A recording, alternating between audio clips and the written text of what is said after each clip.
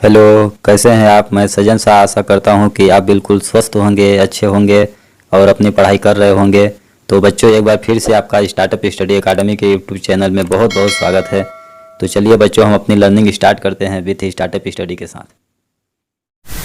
अब देखिए बच्चों, हम लोग पढ़ेंगे भाजकता के नियम, विभाज्यता के नियम, रूल्स ऑफ डिविजिबिलिटी। तो विभाज्यता के नियम हम लोग देखते हैं, हम लोग पढ़ेंगे कि किस किस संख्या से कौन कौन सी संख्या विभाजित होती है। अर्थात कोई भी संख्या दी गई है तो वह संख्या किन किन संख्याओं से पूर्णतः विभाज्य हो जाएगी, अर्थात पूर्णतः कट जाएगी। यह हम लोग विभाज्यता नियम में पढ़ेंगे। तो चलिए हम लोग स्टार्ट करते हैं। जैसे देखिए दो का नियम, दो का विभाज्यता नियम क्या होगा, क्या दिया गया है। दी गई संख्या का इकाई का अंक 0, 2, 4, 6, 8 में से होना चाहिए तो वह संख्या 2 से पूर्णतः विभाजित हो जाएगी। अर्थात किसी भी संख्या के इकाई का अंक क्या हो, 0, 2, 4, 6, 8 हो तो वह संख्या 2 से पूर्णतः विभाजित हो जाती है। जैसे एग्जाम्पल के लिए आप देखिए, एग्जाम्पल के लिए 1, 2, 3, 4, 5, 6 इतनी बड़ी संख्या ले लीजिए। कितना है ये, इकाई, दहाई, सैकड़ा, हजार, 10,000, लाख। 1,23,456। इसे हमें चेक करना है कि यह 2 से विभाजित हो जाएगी या फिर नहीं होगी। पहले आप छोटी संख्या देखिए, छोटी संख्या मान लीजिए 12। तो यहाँ पे देखिए इकाई का अंक, इसके इकाई का अंक क्या है, 2 है। इसमें देखिए 2 है, इसलिए यह संख्या 2 से पूर्णतः विभाजित हो जाएगी। अब यहाँ पे ले लीजिए 3। तो देखिए ये क्या बन गया, 123। क्या यह संख्या 2 से विभाजित होगी, नहीं, क्योंकि इकाई का अंक क्या है, 3 है। तो इकाई का अंक क्या होना चाहिए, 0, 2, 4, 6, 8 होना चाहिए। और आगे कोई संख्या ले लीजिए 4। यह देखिए 2 से विभाजित होगी, यह संख्या 2 से विभाजित होगी क्योंकि इकाई का अंक क्या है, 4 है। इसी तरह से यह संख्या देखिए 2 से विभाजित होगी कि नहीं। हमें 2 के विभाज्यता नियम के लिए ओनली इकाई का अंक देखना है। तो इस संख्या के इकाई का अंक क्या है, 6 है। यहाँ पे देखिए जो कि 2 के पहाड़ में आता है, 2, 3, 6, इसलिए यह संख्या पूरी संख्या 2 से विभाजित हो जाएगी। इसी तरह से कितनी बड़ी भी संख्या दी गई हो, ओनली हम इकाई का अंक देखेंगे। यदि वह इकाई का अंक 2 से कट जाएगा तो वह पूरी संख्या 2 से कट जाएगी। अब आगे देखिए 3 का विभाज्यता नियम क्या दिया गया है, 3 का विभाज्यता नियम, ठीक। 3 का विभाज्यता नियम क्या है, संख्या के अंकों का योग। कोई भी संख्या दी गई है तो उसके सभी अंकों का योग 3 से विभक्त होना चाहिए। यदि किसी संख्या के अंकों का योग 3 से विभाजित हो जाएगा तो वह संख्या भी 3 से विभाजित हो जाएगी। जैसे कोई छोटी संख्या ले लीजिए 12। अब 12 के अंकों को आप जोड़िए, 1, 2, इसके अंक क्या क्या है, 12 में क्या क्या अंक है, 1, 2 है, 1 है। तो दोनों को जोड़िए, 1 + 2, 1 + 2 बराबर कितना आया, 3। अब देखिए 3 से 3 कट जाएगा, 3 × 3, इसलिए 12 क्या है, 12 भी 3 से कट जाएगा। अब कोई बड़ी संख्या आप लीजिए, कोई बड़ी संख्या जैसे लेते हैं 5, 1, 3, ठीक। इसको देखते हैं कि यह संख्या 3 से विभाजित होगी कि नहीं होगी। तो 3 का विभाज्यता नियम क्या कहता है, इन संख्या के अंकों का योग। तो अंक क्या क्या है, इनको जोड़िए। अंक क्या है, 5, 1, 3। तो 5 + 1 + 3 सबको जोड़िए, कितना आता है, 5, 1, 6, 6, 3, 9। अब देखिए क्या 9 3 से कटेगा, 3 × 3 = 9, 9 3 से कटेगा, इसका मतलब यह संख्या भी 3 से पूर्णतः विभाजित हो जाएगी, ठीक। इसी तरह से कितनी बड़ी भी संख्या लेके आप चेक कर सकते हैं कि वह संख्या 3 से विभाजित होगी या फिर नहीं होगी। आगे हम लोग को आगे क्या पढ़ते हैं, आगे हम लोग को दिया गया है 4 का नियम। तो 4 का विभाज्यता नियम क्या है, किसी संख्या के अंतिम दो अंक अर्थात इकाई का अंक और दहाई का अंक से बनी संख्या 4 से विभाजित हो जाएगी तो वह संख्या भी 4 से विभाजित हो जाएगी। कोई भी संख्या आप लीजिए, जैसे 5, 1, 6। अब देखिए 516 चेक करना है कि 4 से कटेगा कि नहीं कटेगा। तो इसका 4 का विभाज्यता नियम क्या बोलता है कि अंतिम 2 अंक अर्थात इकाई और दहाई अंकों से बनी संख्या क्या क्या है, इकाई और दहाई से बनी संख्या क्या है, 16 है। 16 देखिए 4 के पहाड़ में आता है, 4 से विभाजित होगा, 4 × 4 = 16, 4 से 16 कट जाएगा, इसका मतलब 556 भी 516 भी 4 से विभाजित हो जाएगा। और कोई बड़ी संख्या लीजिए, जैसे 1 2 3 4 5 6। हाँ, ये देखिए यह कितना लिखा गया है, 1,23,456। हमें चेक करना है कि 1,23,456 4 से विभाजित होगी या फिर नहीं होगी। तो 4 का विभाजन नियम क्या बोलता है कि हमें इस संख्या के केवल अंतिम 2 अंक देखने हैं, अंतिम के 2 अंक। ठीक, यहाँ पे देखिए हम 2 के विभाजन नियम में क्या देखते थे, अंतिम के 1 अंक मतलब इकाई का अंक। इसमें क्या देखेंगे, इकाई और दहाई का अंक दोनों अंक। तो 2 अंक यदि 2 अंकों से बनी संख्या 4 से विभाजित हो जाएगी तो यह पूरी संख्या 4 से विभाजित हो जाएगी। तो 56 को आप चेक कीजिए 4 से कटेगा कि नहीं कटेगा। 4 से भाग दीजिए 56 को, तो 4 एक कम 4, इसको घटाइए 1 आया, यहाँ पे 16 आ गया, 4 चौक 16। ये देखिए पूरी 56 में 4 का पूरा भाग चला गया, इसका मतलब यह पूरी संख्या 4 से विभाजित हो जाएगी। ठीक, आई होप 4 का विभाजन नियम आप लोगों को समझ में आ गया होगा। अब देखिए आगे हम लोग देखेंगे 5 का विभाजन नियम। 5 का विभाजन नियम क्या है कि इकाई का अंक 0 या 5 होना चाहिए। किसका अंक, इकाई का अंक, किसी भी संख्या के इकाई का अंक 0 या 5 हो तो वह संख्या 5 से विभाजित हो जाती है। जैसे कोई संख्या ले लीजिए 1 2 0 120। अब देखेंगे कि यह 5 से कटेगी कि नहीं कटेगी, 5 से विभाजित होगी या फिर नहीं होगी। तो इसके लिए क्या देखते हैं हम लोग, इकाई का अंक 0 होना चाहिए या 5 होना चाहिए। तो इसमें देखिए इकाई का अंक क्या है, 0 है, इसलिए 120 5 से पूरी तरह कट जाएगी। और कोई संख्या लीजिए, बड़ी संख्या 1 2 3 4 5। यह चेक करेंगे कि यह पूरी संख्या 5 से विभाजित होगी कि नहीं होगी। कितना लिखा गया है, इकाई दहाई सैकड़ा हजार 10,000 12,345। हमें चेक करना है कि 12,345 5 से विभाजित होगा या फिर नहीं। तो इसके इकाई का अंक क्या है, 5 है। तो हमने पढ़ा था कि यदि किसी संख्या की इकाई का अंक 0 हो या 5 हो तो वह संख्या 5 से विभाजित होती है। इसकी इकाई का अंक 5 है, इसलिए यह पूरी संख्या 5 से विभाजित हो जाएगी। जैसे यहाँ पे इकाई का अंक 0 था तो यह पूरी संख्या 5 से विभाजित हो गई। अब देखेंगे 6 का विभाजन नियम। तो 6 का विभाजन नियम क्या है, देखिए 6 का विभाजन नियम क्या दिया गया है, दी गई संख्या 2 से तथा 3 दोनों से विभक्त होनी चाहिए। अर्थात कोई भी संख्या यदि 2 से और 3 से विभाजित हो जाती है तो वह संख्या भी 6 से विभाजित हो जाएगी। यह कैसे आया, 6 के 2 अभाज्य गुणनखंड क्या क्या है, 2 तिहाई 6। 6 के सह अभाज्य गुणनखंड क्या है, 2 तिहाई 6, 2 और 3। तो जो संख्या 2 से और 3 से कटेगी वह संख्या भी 6 से कट जाएगी। तो कोई ऐसी संख्या लीजिए जो 2 से भी कटे और 3 से भी कटे। तो देखिए हम लोग देखते हैं, कोई एक संख्या लेते हैं, जैसे 1 2 3 और 6। ठीक, इतनी बड़ी संख्या। तो देखिए यह संख्या चेक करते हैं हम लोग, कितना लिखा है, 1236। चेक करेंगे कि यह 2 से कटेगी और 3 से कटेगी तो 6 से कट जाएगी।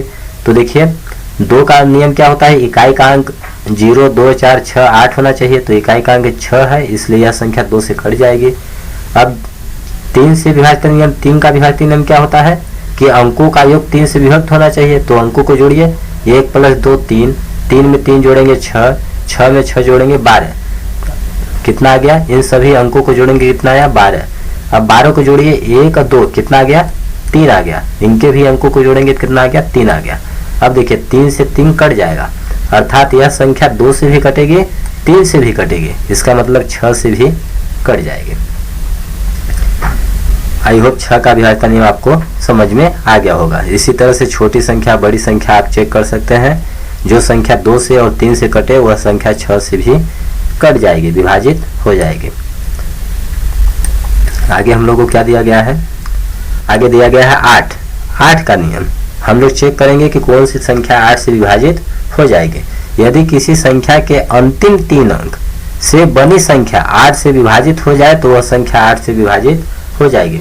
अर्थात बोला है कि यदि किसी संख्या के अंतिम 3 अंक अर्थात इकाई दहाई सैकड़ा से बनी संख्या 8 से विभाजित हो जाएगी तो वह संख्या भी 8 से पूरी तरह विभाजित हो जाएगी। जैसे कोई संख्या लीजिए 1, 5, 1, 2, हमें चेक करना है 1512 यह 8 से विभाजित होगा कि नहीं होगा। तो क्या बोला है, देखिए 2 का विभाजन नियम क्या था, हम अंतिम 1 अंक देखते थे, 4 के लिए अंतिम 2 अंक हमने देखा, और 8 के लिए अंतिम कितना अंक देखेंगे, 3 अंक देखेंगे। इसी तरह से 16 के लिए अंतिम 4 अंक देखेंगे, तो उसको बाद में देखेंगे, पहले आप इसको चेक कीजिए। तो इस संख्या के अंतिम 3 अंक कितने हैं, 512 है। अब चेक कीजिए कि 512 क्या 8 से करता है, यदि 8 से 512 विभाजित हो जाएगा तो यह पूरी संख्या 8 से विभाजित हो जाएगी। तो 8 का भाग दीजिए आप 512 में, देखिए 8 एकम 5 51 है, तो 8 का ऐसा पढ़ा पढ़िए कि 51 से अधिक न हो, तो 8 7 56 अधिक हो जाएगा, 8 छाक 48। अब इसको आप माइनस करिए, 51 में 48 माइनस करेंगे कितना आएगा, 3 आएगा। अब क्या उतर जाएगा 2, तो 8 चौक 32। ये देखिए 8 का पहाड़ा 512 में पूरी चला गया, अर्थात 8 से 512 पूर्णतः विभाजित हो गया। इस प्रकार से यह पूरी संख्या 8 से पूर्णतः विभाजित हो जाएगी। इसी तरह से और बड़ी संख्या लेके आप चेक कर सकते हैं। 9 का विभाजन नियम आप पढ़ेंगे क्या है, देखिए 9 का विभाजन नियम क्या बोला है, किसी संख्या के अंकों का योग 9 से विभाजित होना चाहिए। अर्थात हमने 3 का विभाजन नियम क्या पढ़ा था कि किसी संख्या के अंकों का योग 3 से विभाजित होना चाहिए, तो वह संख्या 3 से विभाजित हो जाएगी। वही 9 में अंकों का योग 9 से विभाजित होना चाहिए, तो वह संख्या 9 से विभाजित हो जाएगी। जैसे कोई संख्या आप लीजिए, यहाँ पे हमने 513 लिया, आप लीजिए 513, इसके अंकों को जोड़िए कितना आता है, एक अंक क्या है, 5 1 3, तो 1 में 5 में 3 1 जोड़ेंगे, 5 1 6 6 3 9, अंकों का योग कितना आया, 9 आया। देखिए 9 से 9 कट जाएगा, इसका मतलब यह पूरी संख्या 9 से कट जाएगी। ठीक, इस तरह से कोई और संख्या लेके आप चेक कर सकते हैं। यदि 2 संख्याओं को जोड़ने पर 18 आ गया या 27 आ गया, इसी तरह से जो संख्या 9 से कट जाएगी, अंकों का योग 9 से कट जाता है, तो वह संख्या 9 से विभाजित हो जाएगी। अब देखिए आगे क्या दिया गया है, 10 का नियम। 10 का विभाजन नियम क्या है, इकाई का अंक 0 होना चाहिए। बोला गया है कि यदि किसी संख्या के इकाई का अंक 0 हो तो वह संख्या 10 से कट जाती है। 10 में देखिए 10 में इकाई का अंक क्या है, 0, अर्थात किसी संख्या की इकाई का अंक 0 है तो वह संख्या 10 से पूर्णतः विभाजित हो जाती है। जैसे आप ले लीजिए 100, तो ये देखिए 10 से पूरी तरह विभाजित हो जाएगा। 1000 लीजिए तो ये भी कट जाएगा। यदि यहाँ पे आप 5 रख दीजिए, कितना आ गया, 10,005, तो यह संख्या 10 से विभाजित नहीं होगा क्योंकि इकाई का अंक 5 है। यदि किसी संख्या की इकाई का अंक 0 हो तो वह संख्या 10 से विभाजित हो जाती है। अब 11 का विभाजन नियम क्या दिया गया है, देखिए 11 का नियम बोला गया है, संख्या के सम स्थानों के अंकों का योग। एक सेकेंड, क्या बोला गया है, किसी संख्या के सम स्थानों के अंकों का योग तथा विषम स्थानों के अंकों के योग का अंतर 0 हो या फिर 11 का गुणज हो तो वह संख्या 11 से पूर्णतः विभाजित हो जाती है। आसान शब्दों में हम लोग समझेंगे कि यदि किसी संख्या के सम स्थानों के अंकों का योग तथा सम स्थानों के अंकों का योग माइनस विषम स्थानों के अंकों का योग क्या हो, 0 हो या फिर 11 का गुणज हो, तो वह संख्या 11 से विभाजित हो जाती है। जैसे कोई संख्या ले लीजिए आप 121, ठीक ना, 121, तो देखिए सम स्थानों के अंकों का योग क्या है, सम स्थान पे कौन है, ये पहला स्थान पे है, ये दूसरा स्थान पे है और ये तीसरा स्थान पे है। तो सम स्थान पे क्या है, 2 है, तो हमने सम स्थानों के अंकों का योग क्या है, ओनली 2 है। विषम स्थानों के अंकों का योग क्या है, विषम स्थान पे 1 है और यहाँ पे विषम स्थान पे 1 है, तो 1 कितना हो गया, 2, दोनों को आप माइनस कीजिए, 2 में 2 घटाएंगे कितना आ गया, 0। ये देखिए सम स्थानों के अंकों का योग तथा विषम स्थानों के अंकों के योग का अंतर 0 हो या 11 का गुणज हो तो वह संख्या 11 से विभाजित होती है। तो इस प्रकार से यहाँ 0 आ गया, अर्थात 121 11 से पूर्णतः विभाजित हो जाएगा। और कोई संख्या हम लोग लेके चेक करते हैं। जैसे हमने ले लिया 1331। अब इसको हम लोग चेक करेंगे कि 11 से विभाजित होगा या फिर नहीं होगा। तो हमें क्या करना है, इसको चेक कैसे करेंगे, सम स्थानों के अंकों का योग, अर्थात सिंपल भाषा में आप एक एक अंक को छोड़ के लीजिए। जैसे हमने 1 लिया तो 1 के साथ 3 को छोड़ देंगे। अब क्या लेंगे, यहाँ का लेंगे। तो 1 इनको आप जोड़िए, 1 3 कितना हो गया, 4। ठीक, अब जो बचा है क्या बच गया, ए वाला बच गया और एक अंक को छोड़कर ए बच गया। तो 1 3 कितना होगा, 4। इनको भी आप, इनका योग 4 हुआ और इनका योग 4 हुआ। इनको घटाइए, कितना आ गया, 0। तो 0 आ गया, इसका मतलब यह संख्या 11 से विभाजित हो जाएगी।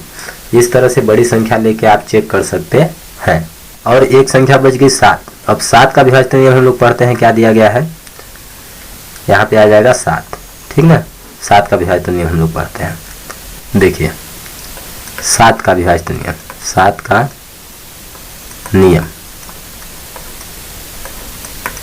7 का विभाजन नियम क्या है, देखिए यदि किसी संख्या के, ध्यान से आप सुनिएगा परिभाषा, यदि किसी संख्या की इकाई के अंक को छोड़कर शेष बची हुई संख्या में से इकाई का 2 गुना करके घटा देने पर प्राप्त संख्या 7 से विभाजित हो जाए तो वह संख्या 7 से पूर्णतः विभाजित हो जाएगी। नहीं समझ आया हो तो कोई बात नहीं, अभी समझ में आ जाएगा। जैसे कोई संख्या आप ले लीजिए, एक 343। ठीक, अब इसको हमें चेक करना है कि यह 7 से विभाजित होगा या फिर नहीं होगा। तो 7 का विभाजन नियम क्या होता है, कोई भी संख्या दी गई हो तो उसके इकाई के अंक को छोड़ दीजिए। इकाई के अंक को, इकाई का अंक इसका क्या है, 3। तो 3 को हमने क्या किया, छोड़ दिया। क्या बचा मेरे पास, 34 बचा। क्या बचा, 34। अब क्या करेंगे हम, इकाई के अंक का डबल कर देंगे, 2 गुना कर देंगे। तो इसका 3 का 2 गुना कितना हो जाएगा, 3 दूना 6। 2 गुना कितना हो जाएगा, 6 हो जाएगा। इस 6 को बची हुई संख्या कितनी थी, 34। इस 34 में आप 6 को माइनस कर दीजिए तो कितना आया, 6 घटाइए तो यहाँ से हासिल आएगा 14 हो जाएगा। 14 में 6 जाएगा 8। अब ये कितना बचा, 2, 28 आ गया। अब चेक कीजिए कि 28 क्या 7 से कटता है कि नहीं करता है। 7 चौक 28, देखिए 7 के पहाड़ा में 28 आता है, अर्थात 7 से पूरी तरह से 28 विभाजित हो जाएगा। जब 7 से 28 विभाजित हो जाएगा इसका मतलब 343 भी 7 से पूर्णतः विभाजित हो जाएगा। तो हम 7 का विभाजन नियम क्या जाने कि इकाई के अंक को छोड़कर जो संख्या बची हुई है उसमें घटाएंगे। घटाने पर जो संख्या प्राप्त होगी अगर 7 से कटेगी तो वह पूरी संख्या 7 से कट जाएगी।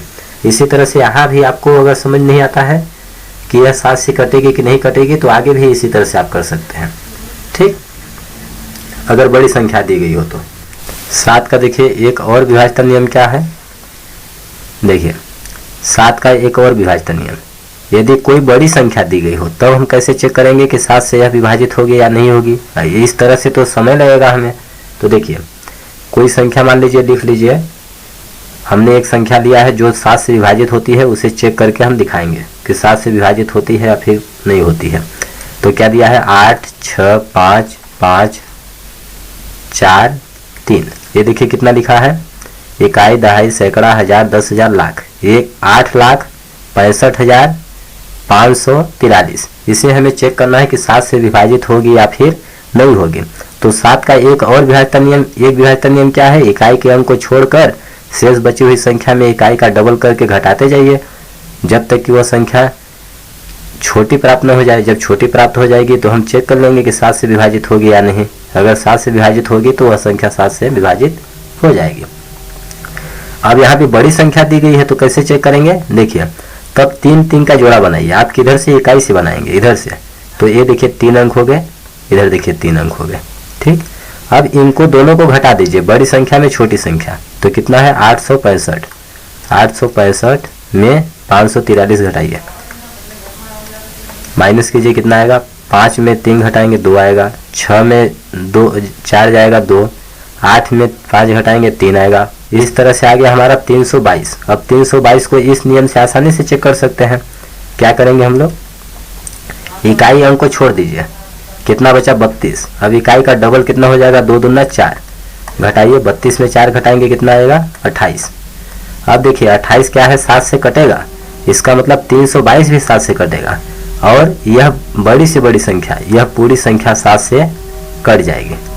ठीक, इस तरह से हम विभाज्यता नियम चेक कर सकते हैं कि कौन सी संख्या 7 से विभाजित होगी, कौन सी नहीं होगी। आई होप आप लोगों को 1 से लेकर और एक का हमने नहीं पढ़ा, एक से सभी संख्याएं विभाज्य होती हैं, सभी संख्याएं विभाजित होती हैं, होती हैं। इस तरह से हमने 1 से लेकर 11 तक का विभाज्यता नियम पढ़ लिया है कि 1 से लेकर 11 तक की संख्याओं से कौन कौन सी संख्याएं पूर्णतः विभाजित हो जाएंगे। आई होप आपको अच्छी तरह से समझ में आ गया होगा। अब देखिए इम्पोर्टेंट फैक्ट क्या क्या दिए गए हैं। बोला गया है यदि कोई संख्या एक संख्या से विभाज्य है तो वह संख्या इस संख्या के प्रत्येक गुणनखंड से भी विभाज्य होगी। जैसे मान लीजिए कोई संख्या आप ले लीजिए 12। अब 12 देखिए 6 से विभाजित हो जाएगा। 6 एकम 6, 6 दूना 12। 12 जो है 6 से पूर्णतः विभाजित हो जाता है। तो इस प्रकार से क्या बोल रहा है कि यदि कोई संख्या किसी संख्या से विभाजित हो जाती है तो उस संख्या के गुणनखंड से भी विभाजित हो जाएगी। तो 6 के गुणनखंड क्या क्या है? 1, 2, 3 और 6। 6 से यदि 12 विभाजित हो जाता है तो 6 के जितने भी गुणनखंड है प्रत्येक गुणनखंड से 12 विभाजित हो जाएगा। 1 से भी देखिए 12 विभाजित हो जाएगा, 2 से भी होगा, 3 से भी होगा, 6 से भी होगा। तो इस तरह से हम जानेंगे कि यदि कोई संख्या किसी संख्या से विभाज्य होती है तो उसके प्रत्येक गुणनखंड से भी विभाजित होगी। अभी क्या दिया गया है? यदि कोई संख्या 2 सह अभाज्य संख्याओं से विभाज्य है तो उनके गुणनफल से भी विभाज्य होगी। देखिए बोला गया है कोई संख्या 2 सह अभाज्य संख्याओं से विभाज्य हो। ठीक, तो कोई संख्या लीजिए जैसे 6 2 सह अभाज्य संख्या लीजिए। जो 6 है वह 2 से भी कटेगी और 3 से भी कटेगी। 6 जो है 2 से भी कटेगा और 3 से भी कटेगा। तो इस तरह से 6 जो है इन दोनों के गुणनफल से भी कटेगा। तो इन दोनों का गुणनफल क्या होगा? 3 दूना 6। तो 6 से भी कटेगा। अर्थात कोई भी संख्या 2 सह अभाज्य संख्याओं से विभाजित हो जाती है तो उनके गुणनफल से भी विभाजित होगी। और क्या बोला है? यदि दी गई संख्या 2 संख्याएं किसी संख्या से विभाज्य हो तो इन संख्याओं का योग तथा अंतर भी उस संख्या से विभाज्य होगा। देखिए अब इसका मतलब क्या है? बोल रहा है कि यदि दी गई 2 संख्या आप लीजिए जैसे 4 और 6। ठीक, किसी संख्या से विभाज्य हो, किसी संख्या से ये दोनों संख्याएं विभाज्य हो तो ये दोनों संख्याएं किससे विभाजित हैं? 2 से। देखिए 2 का पहाड़ा 2 से 4 भी विभाजित हो जाएगा, 2 दूना 4 और 2 से 6 विभाजित हो जाएगा, 2 3 6। तो इन संख्याओं का योग अर्थात 4 और 6 दोनों संख्याएं 2 से विभाजित हो जाती हैं तो इनका योगफल भी 2 से विभाजित हो जाएगा। जैसे इनका योगफल क्या होगा? 4 6 10। 10 भी देखिए 2 से विभाजित हो जाएगा, 2 एकम 2, 2 पंचे 10। और इनका अंतर 4 और 6 का अंतर क्या होगा? 6 में 4 घटाएंगे तो कितना आएगा? 2। 2 भी 2 से विभाजित हो जाएगा, 2 एकम 2, 2 दूना 4। ठीक, इस तरह से हम जानेंगे कि यदि 2 संख्याएं किसी संख्या से विभाजित होती हैं तो उनका योग और अंतर भी उस संख्या से विभाजित होता है। अब देखिए नेक्स्ट टॉपिक क्या दिया गया है? लघुत्तम सप्रतक और महत्तम सप्रतक। तो हम लोग पढ़ेंगे लघुत्तम सप्रतक क्या होता है, महत्तम सप्रतक क्या होता है। ठीक, देखिए लघुत्तम सप्रतक लोवेस्ट कॉमन मल्टीपल। ठीक, 2 या 2 से अधिक संख्याओं का लघुत्तम सप्रतक वह छोटी से छोटी संख्या होती है जो दी गई प्रत्येक संख्याओं से विभाजित हो जाए। ठीक, जैसे देखिए किसी भी संख्या जैसे हमने ले लिया 3 और 4, 3 और 4 का लघुत्तम सप्रतक हमें ज्ञात करना है। 3 और 4 का लघुत्तम सप्रतक तो क्या होगा? हमने लघुत्तम सप्रतक क्या होता है? Lowest common multiple. तो 3 का मल्टीपल क्या होगा? 3 एकम 3, 3 दूना 6, 3 का 9, 3 चौक 12, 3 पचे 15, इसी तरह से आगे। ठीक, और 4 का ज्ञात कीजिए तो 4 एकम 4, 4 दूना 8, 4 3 12, 4 चौक 16, 4 पंचे 20, 4 छक 24। ठीक, इसी तरह से अनंत तक। तो देखिए लघुत्तम सपर्तक क्या होता है, किन्हीं भी दो संख्याओं का लघुत्तम सपर्तक उन संख्याओं का लोवेस्ट कॉमन मल्टीपल होता है, मतलब सबसे छोटा उभयनिष्ठ गुणज। तो इसमें सबसे छोटा उभयनिष्ठ गुणज क्या है, यहाँ पे देखिए क्या क्या मिल रहा है, देखिए यहाँ पे 12 है और 12 यहाँ पे है। इससे छोटी संख्या है 3 6 9 है, तो इसमें 3 6 9 नहीं है। इसमें देखिए 4 8 है, तो इसमें 4 8 नहीं है। अर्थात 3 और 4 का सबसे छोटा उभयनिष्ठ गुणज क्या है, 12 है। इससे आगे 3 का 3 और 24 आएगा यहाँ पे देखिए, और 4 के पहाड़ा में भी 24 आ रहा है। तो 12 तो बहुत मिलेंगे, उन्हें हमें नहीं लेना है, सबसे छोटा लेना है। यही क्या होगा, हमारा लघुत्तम सपर्तक होगा। अतः 3 और 4 का लघुत्तम सपर्तक क्या होगा, 12 होगा। ये हो गया हमारा आंसर। या एक तरीका और हम कैसे ज्ञात कर सकते हैं, 3 और 4 का आप गुणनखंड कीजिए, अभाज्य गुणनखंड। तो देखिए 2 से काटेंगे तो 3 नहीं कटेगा, 2 दूना 4। अब 2 से काटेंगे तो 3 नहीं कटेगा, 3 उतार देंगे। 2 का पहाड़ा 2 में जाएगा तो एक बार जाएगा, 2 एकम 2। अब 3 से काटेंगे तो 3 एकम 3 और ये 1 है ही। इस प्रकार से 3 और 4 का लघुत्तम सपर्तक क्या हो जाएगा, इन सभी संख्याओं का गुणा कर दीजिए। तो 2 का क्या हो गया, 2 गुणे 3 कितना आ गया, 2 दूना 4 3 12। अतः 3 और 4 का लघुत्तम सपर्तक क्या हो जाएगा, 12 हो जाएगा। इस तरह से आप लघुत्तम सपर्तक ज्ञात कर सकते हैं। अब यहाँ पे देखिए क्या बोला गया था, एक चीज और, कि 2 या 2 से अधिक संख्याओं का लघुत्तम सपर्तक जो होता है वह छोटी से छोटी संख्या होती है जो प्रत्येक संख्याओं से विभाजित हो जाए। देखिए प्रत्येक संख्याओं से विभाजित हो जाए। तो 3 और 4 का लघुत्तम सपर्तक क्या हुआ, 12। अब 12 एक ऐसी छोटी से छोटी संख्या है जो 3 से भी कटेगी और 4 से भी कटेगी। 12 से ऐसी कोई छोटी संख्या नहीं है जो 3 से भी कटे और 4 से भी कटे। इसी तरह से अन्य संख्याओं का भी हम ज्ञात कर सकते हैं। अब देखिए क्या पढ़ेंगे, महत्तम सपर्तक। महत्तम सपर्तक क्या होता है, हाईएस्ट कॉमन फैक्टर। 2 या 2 से अधिक संख्याओं का महत्तम सपर्तक वह बड़ी से बड़ी संख्या होती है जो दी गई प्रत्येक संख्याओं को विभाजित कर दे। ठीक, अर्थात महत्तम सपर्तक हाईएस्ट कॉमन फैक्टर, हाईएस्ट मतलब सबसे बड़ा उभयनिष्ठ फैक्टर गुणज। जैसे देखिए हमें 4 और 6 का महत्तम सपर्तक ज्ञात करना है।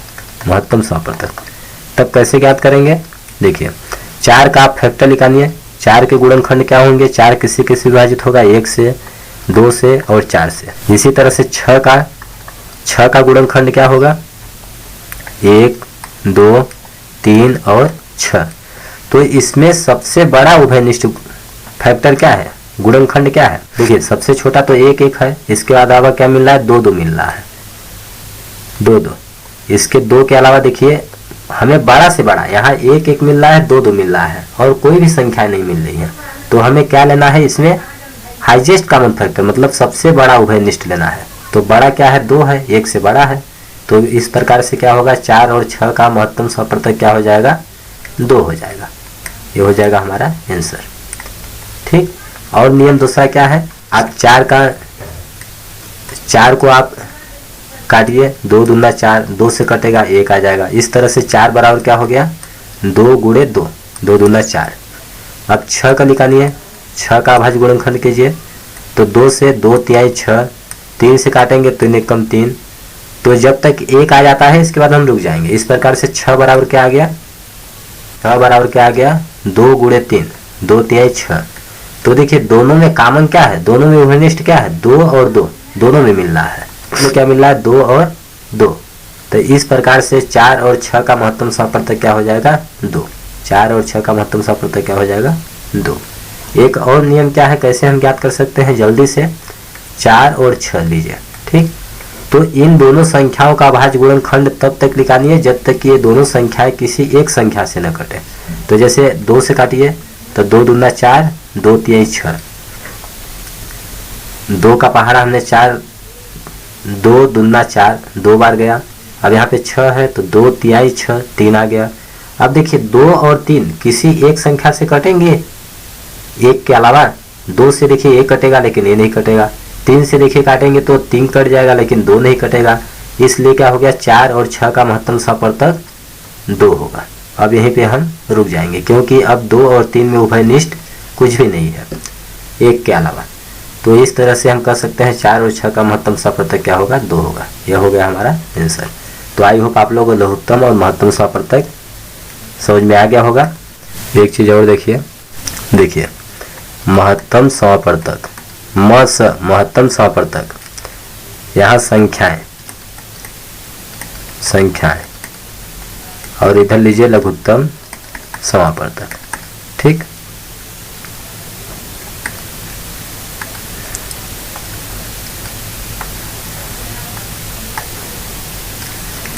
देखिए दो संख्या आप लीजिए, जैसे 3 और 4, तो इनका महत्तम सपवर्तक क्या होगा। महत्तम सपवर्तक क्या होता है,